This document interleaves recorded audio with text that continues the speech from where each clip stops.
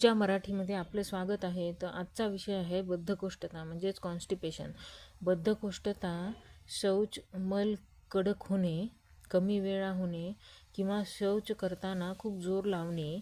जर ही समस्या वारंवार होत असेल किंवा अनेक दिवस टिकून राहत असेल तर त्याची कारणे जाणून घेणे आणि त्यावर उपाय करणे ही तितकेच गरजेचे आहे. तर कॉन्स्टिपेशनची प्रमुख कारणे आहेत फायबरची कमी, तंतुमय पदार्थांचा अभाव. फायबर मळामध्ये पाणी टिकून ठेवते आणि त्याला मऊ बनवते. जर तुम्ही फळे, भाज्या, सलाड, मोड आलेली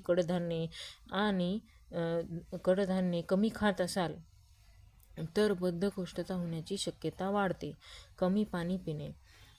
कमी पाणी पिल्याने कॉन्स्टिपेशनचा त्रास तुम्हाला होऊ शकतो आणि शौच कडक होऊन शरीराबाहेर पडण्यास कठीण जाते. त्यामुळे पाणी पिणेही तितकेच महत्त्वाचे आहे. तिसरे आहे शारीरिक हालचालांची कमी. दीर्घकाळ बसून राहणे आणि व्यायाम न करणे यामुळे आतड्यांची नैसर्गिक हालचाल मंदावते आणि त्यामुळे कॉन्स्टिपेशनचा त्रास होऊ शकतो. नैसर्गिक भावना रोखून ठेवल्याने देखील बद्धकोष्ठतेची समस्या वाढू शकते. जंक फूड आणि प्रोसेस्ड अन्न. कमी फायबर आणि जास्त चरबी फॅट असलेले अन्नपदार्थ पचनसंस्थेवर वाईट परिणाम करतात. त्यामुळे तुम्हाला कॉन्स्टिपेशन होऊ शकते आणि हे पदार्थ वारंवार खाण्याने हा त्रास होऊ शकतो. तणाव आणि अनियमित दिनचर्या. मानसिक तणाव, उशिरापर्यंत जागे राहणे आणि जेवणाची वेळ निश्चित नसणे हे देखील बद्धकोष्ठतेचे कारण बनू शकते.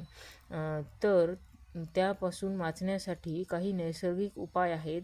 हे तुम्ही रोजच्या तुमच्या आयुष्यात नक्कीच अवलंब करू शकता. पहिला आहे दररोज पुरेसे पाणी प्या. पाणी पिणे हे शरीरासाठी आणि तुमच्या कॉन्स्टिपेशन आणि ची प्रक्रिया सुरळीत होण्यासाठी खूप महत्त्वाचे आहे. फळे, सलाड, पालेभाज्या आणि अखंड धान्यांचे सेवन वाढवा, ज्यामुळे तुमच्या शरीरात फायबरचे प्रमाण जास्त जाईल आणि त्यामुळे तुम्हाला कोणताही त्रास होणार नाही.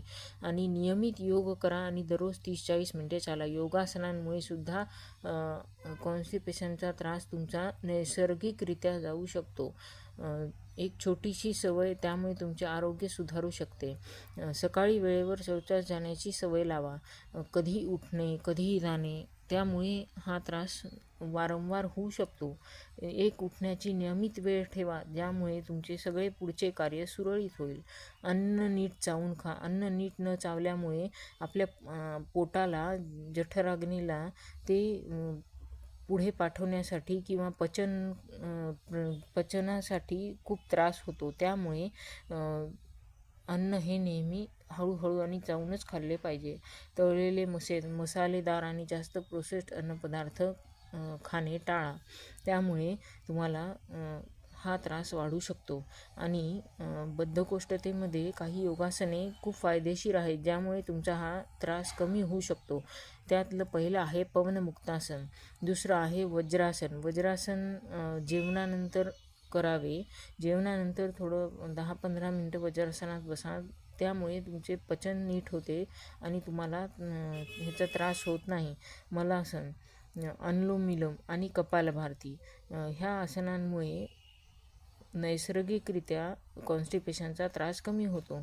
आणि आयुर्वेदानुसार नियमित दिनचर्या, वेळेवर जेवण आणि पुरेसे पाणी पिणे, संतुलित आहार आणि पाचक अग्नी संतुलित ठेवणारी जीवनशैली बद्धकोष्ठता रोखण्यासाठी अत्यंत महत्त्वाची मानली जाते.